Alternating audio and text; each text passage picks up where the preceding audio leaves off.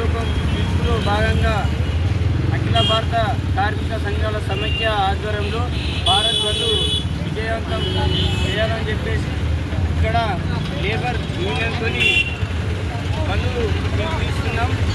ఇవాళ నరేంద్ర మోడీ 4 లేబర్ కోడ్లను తెచ్చి పని భారాన్ని పెంచి వాళ్ళ శ్రమ దోపిడీని గురి చేస్తున్నటువంటి నరేంద్ర మోడీని గద్దెదించాలని చెప్పేసి ఐఎఫ్గా కోరుతూ ఉన్నాం.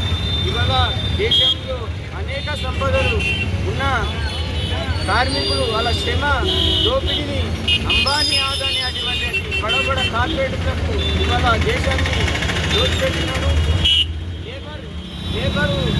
లేబర్లకు కనీసం వేతనం ఇవ్వకుండా కనీసం మన కూలీ రేటు పెంచకుండా ఇవాళ నరేంద్ర మోడీ అనుసరిస్తున్న విధానాలు ఉన్నాయి.